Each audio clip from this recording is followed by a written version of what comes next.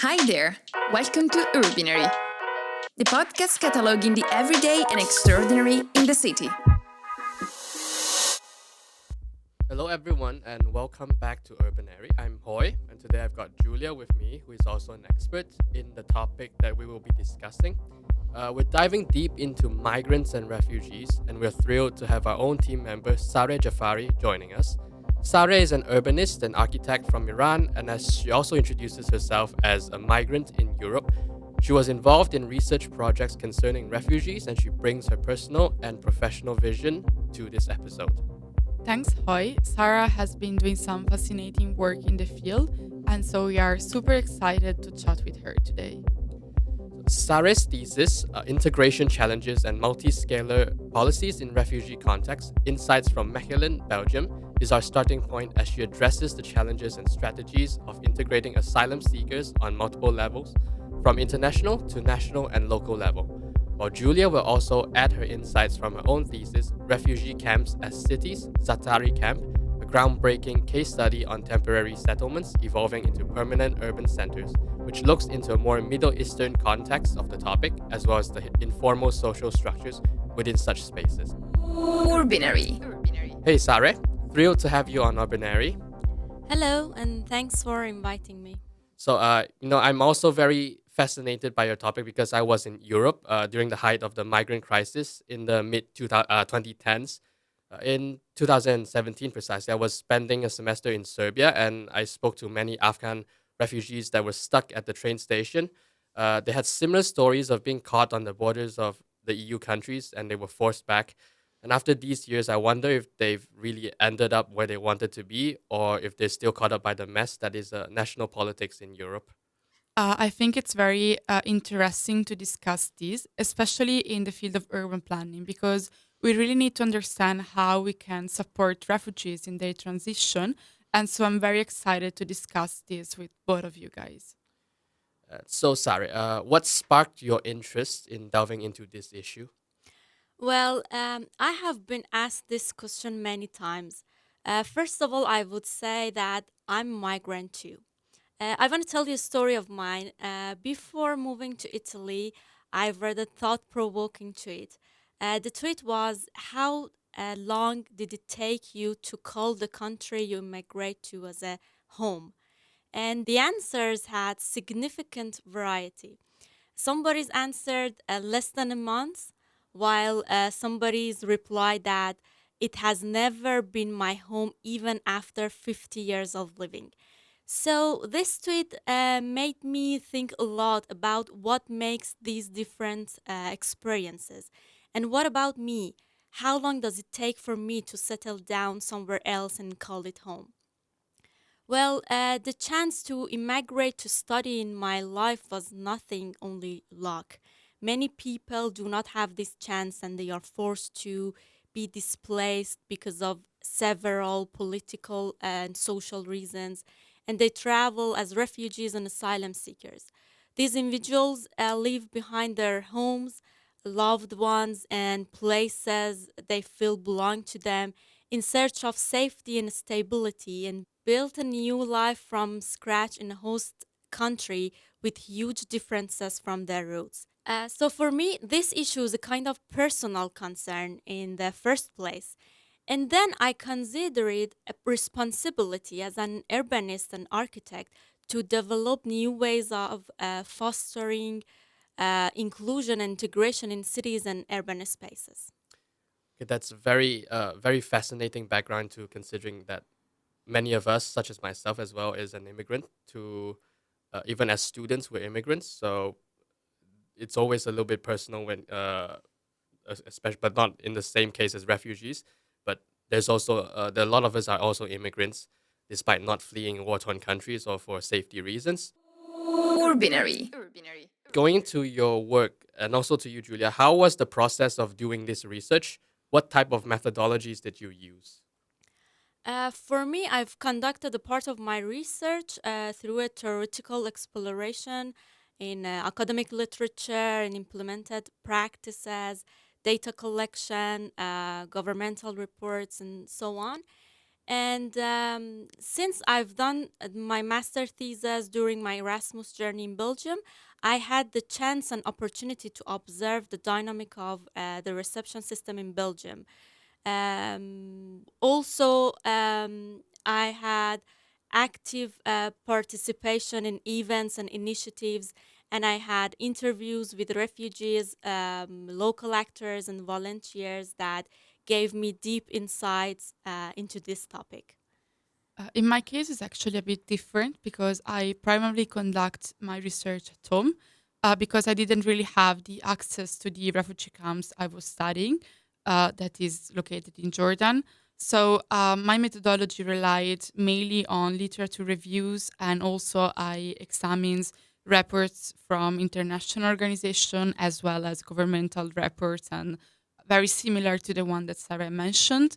But I also use like another way to try to have insights into the life of refugees camp, um, as I like interview some people working in there, but also I relied on documentaries.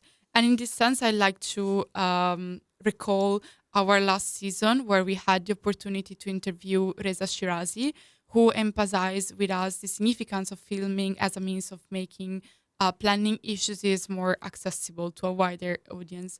And to me, this was very important because I actually did that in my thesis. I really relied on documentaries and filming about how the lives is within that place.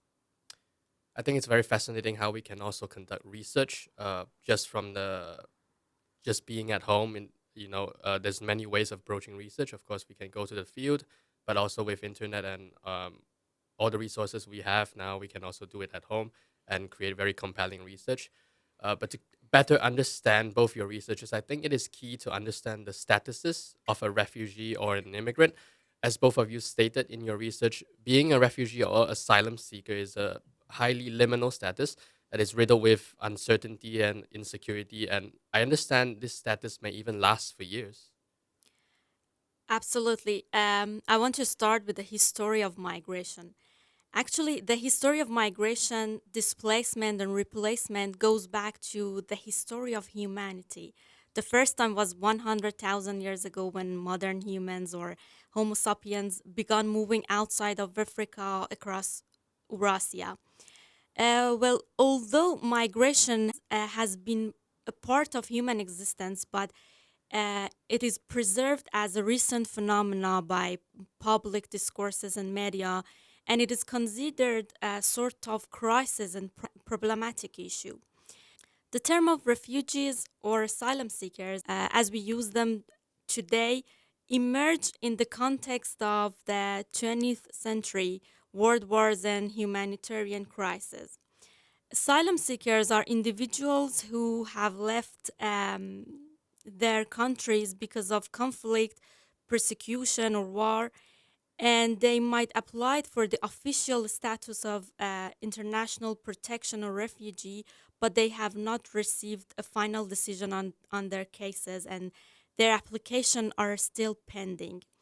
Refugees are those who are defined and protected in international law and must not be expelled or returned to situations where their life and freedom are at risk and danger for reasons of race, religion, nationality, membership of a particular social group, or political opinion. I just would like to add two other points. So the first is that to me, as an urban planner, but more in general, every actors that work with refugees have to acquire a deep understanding of the migration issues, and that means also observing the right definition of refugees or asylum seeker or any word that concern this issue. Um, this is important because every definition is then related to different kind of law and protection that these people might have. But I also want to add another point about the definition, let's say. So from the 1951 convention, the refugees have been defined as people that escape for a direct persecution. So for them, it should be like impossible to go back home. While in the case of migrants, as also has been like discussed by Hoy and Sarah before, you can also move for personal reasons. So sometimes you migrate not because you have like um, economic issues or because you want to have a better life, but you just migrate because you want to study abroad or because you want to live abroad. So for reasons that are not related to, let's say, risk of life. So that means that refugees have a very different protection from the one migrants have. So just to conclude, it's very important to really absorb the definition in that issues. I think it's a very important point that you raised. There was the we're urban planners, so immigration is also an urban planning issue. So why is it important to look at this issue, this problem of migration and refugees through an urban planning lens? Migration of asylum seekers is a double-fold phenomenon that affects both, on one hand, the individual seeking refugee, and on the other hand, the host society. It is crucial to discuss this topic from an urban perspective because when it comes to displaced people, cities are on the front lines of their refugee situation.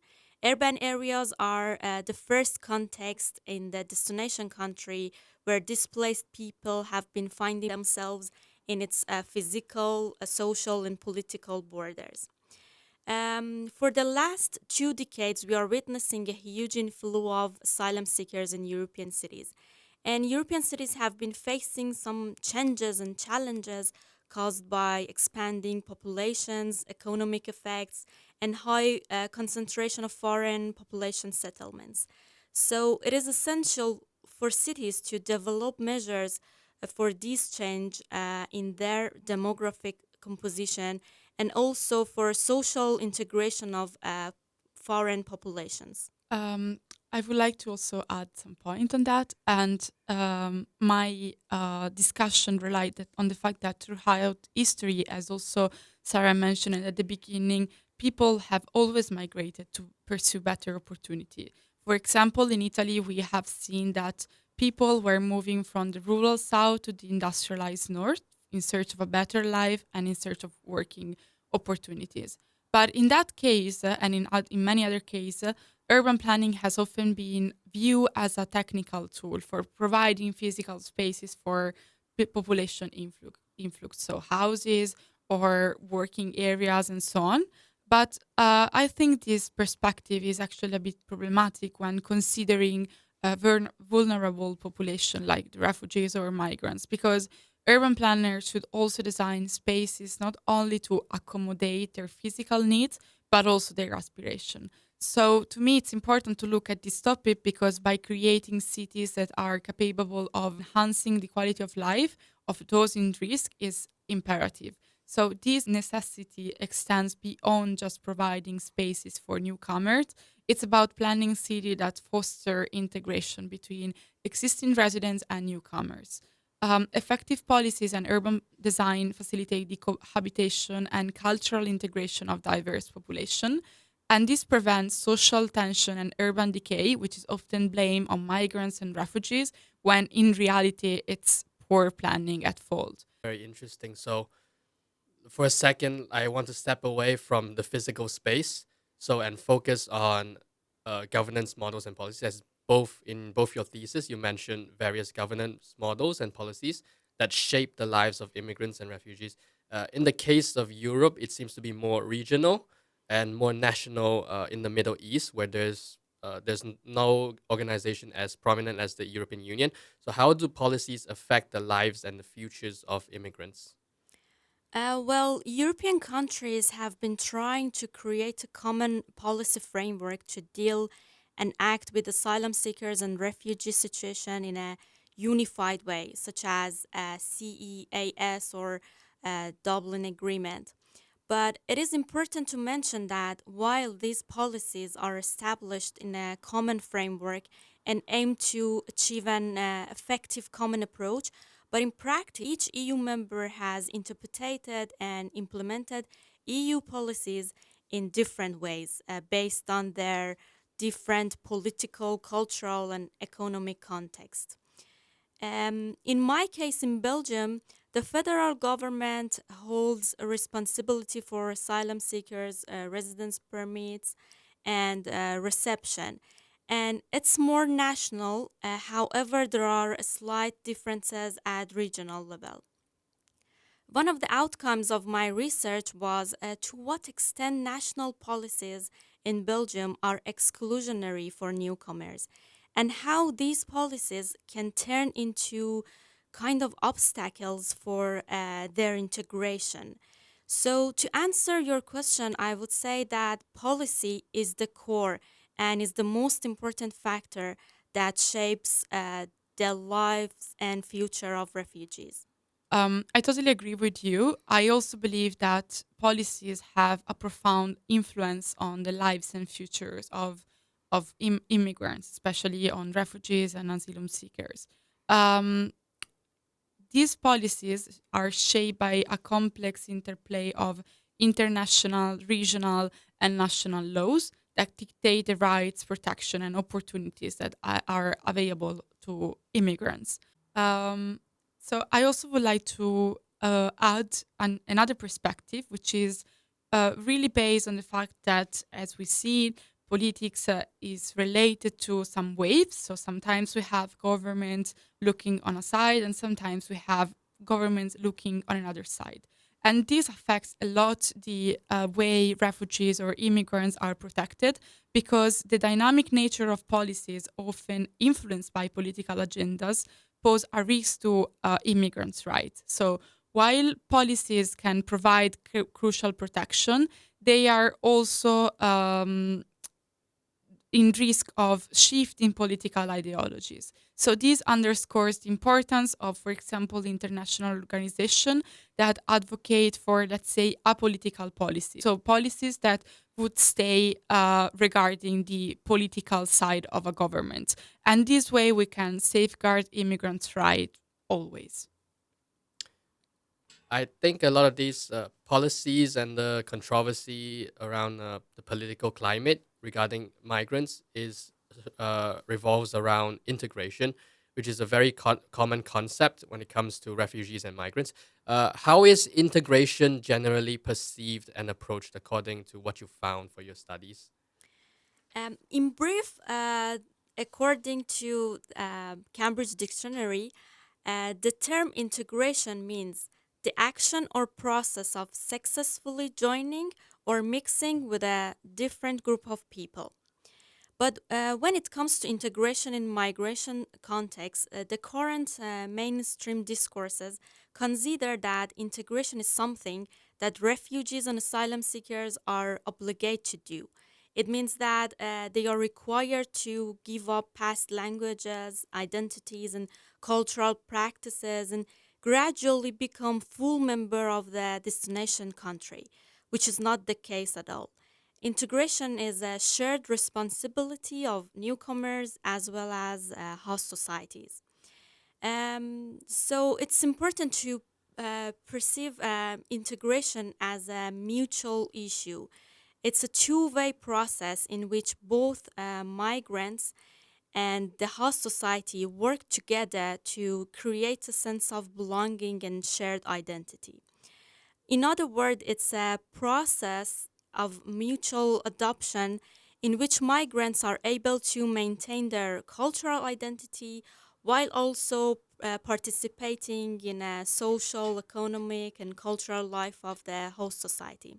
This involves learning the local language, understanding and respecting local legal and institutional systems and norms, habits, traditions, and developing social networks and relationships. On the other side, the hosting society should provide a welcoming and inclusive environment, be open to diversity, and avoid segregation and discrimination, as well as make all necessary services, resources, and supports to address displaced people's needs. Okay. Also, from your thesis, I think especially Julius, there's a very huge element of informality. Um, so, how important are informal practices? Or in the case for Sareb, you talked about local actors, small organizations, for asylum seekers and refugees. As I mentioned before, first I focus on refugee policies and reception dynamics at the national level in Belgium, and then I looked into the local level in the city of Mechelen. When there are sort of shortcomings and dysfunctioning at the national level, this question arises that how these gaps and exclusionary policies at a national level can be addressed at local level by involving civil society and informal practices. Mechelen is a good example in this sense. There's an organization there which is called Welcome in Mechelen, and initially, it was only a group of volunteers and local people that offered some cultural activities for newcomers, like city tours or multicultural parties, and aimed to empower and support immigrants in their social inclusion. And over the years, it turned into an organization that plays a crucial role in the integration dynamics within the city and also is actively engaging in decision making process and bottom up changes in local governance. So, Welcoming Mechelen organization serves a valuable example of informal practices at the local level arising from the community, and now it is operating within local policy frameworks. In my case, I delve into the dynamics of Zaatari refugee camps, which is located in Jordan and is hosting 82,000 Syrian refugees. Just to give a brief context, Zaatari camp is located outside and very far from any city in Jordan. So it's something that it's kind of hidden by the government because you cannot see. And also, it's basically formed by tents that are one just after the other.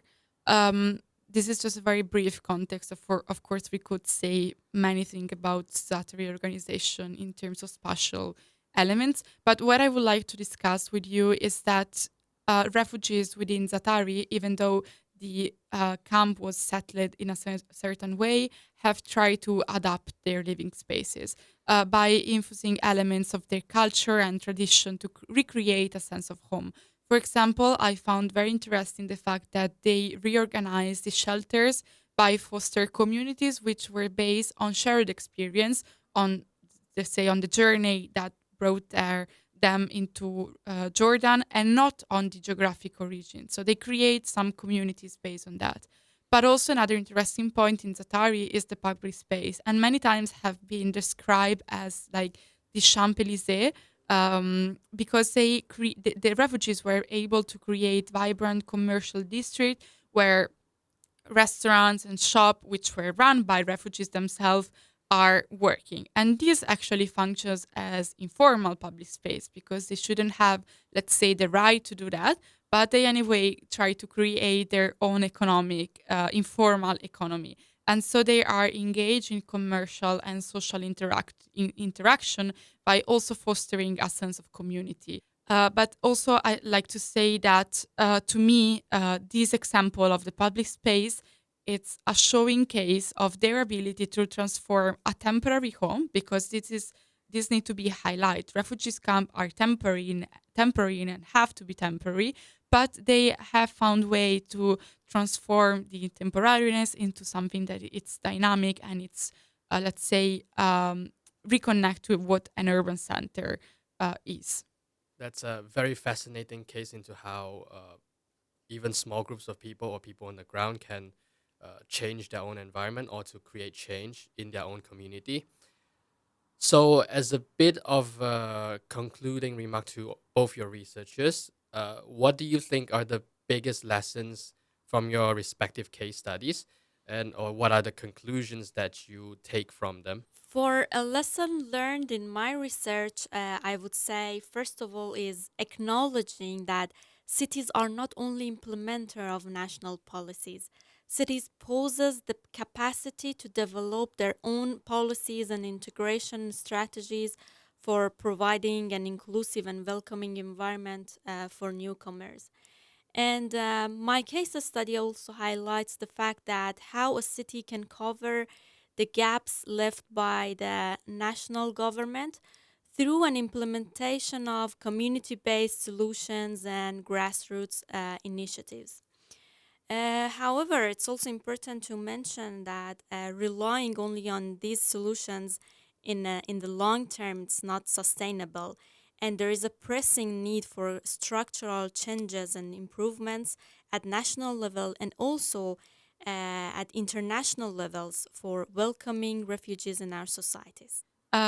In my case, what I discover is that even though, as I mentioned, refugee camps are temporary settlements, and this is defined by international organization, these have not become true. So we have seen that refugee camps exist sometimes from decades. For example, in the case of Palestine, we have refugee camps that exist from 70 years. But also in the case of Syrians crisis, for example, Zaatari camp have been existing from more than 10 years. So even though refugee camps should not exist, they currently serve as a vital shelters for millions with the potential for integration into the urban context. So what I discover is that to me, in the most idealistic form of refugee camps, they should be integrated in the urban settings because we are seeing that they will stay for a while, and so they should not be ghettos, isolated ghettos from city. On the contrary, they should foster integration and interaction with the existing communities. Another point that I would like to stress, actually, again, because I already stressed it, is the fact that the future of, in my case, refugee camps heavily depends on political decision and governmental policies. And this is actually true also in our cities where we don't have refugee camps like in Europe, or at least in Italy, we don't have it. But the way refugees and migrants are housed really depends on political decision. So to me, without viewing refugees as or migrants as equal citizens, implementing effective urban planning solutions remains actually very challenging. So to me, politics shapes the destiny of refugee camps and the lives within them. Thank you for the very thoughtful conclusions to your study. Urbinary. So to Sarah, our guest, here's a parting question. As a young professional in urban planning, what type of planner do you aspire to be? Well, not an easy question, and what I want to say is very ambitious. At first place, as a migrant and then as someone passionate about urbanism, I would like to promote welcoming environments and appreciation for diversity within our society. And I believe that inclusive cities are the foundation for social cohesion, empowering marginalized community, and promoting equality and justice, not only for displaced people, but also for all residents and citizens. Thanks again for the very, very interesting and very important researches that you both of you did, and also to share it here with us today. So thank you, Sare, for being our guest, and Julia for being a very experted co-host. Thank you too for inviting me, and it was a pleasure for me also to discuss on this topic with you both. I also would like to thank Sarah, but also Hoy for choosing me as a co-host. I think it's very important to discuss about this topic as much as we can. Urbinary. For our listeners, stay tuned for our next episode, again with Sare, but this time as the host, and Tommaso. They will be in conversation with Rosella Ferro, and they will be exploring the housing field by understanding the policy-making process on housing in Berlin. Is it a field of co-production? How do grassroots initiatives and projects influence public debate and policies? Urbinary is produced in collaboration with Poliradio, the official radio channel at Politecnico di Milano. Urbinary, the podcast cataloging the everyday and extraordinary in the city.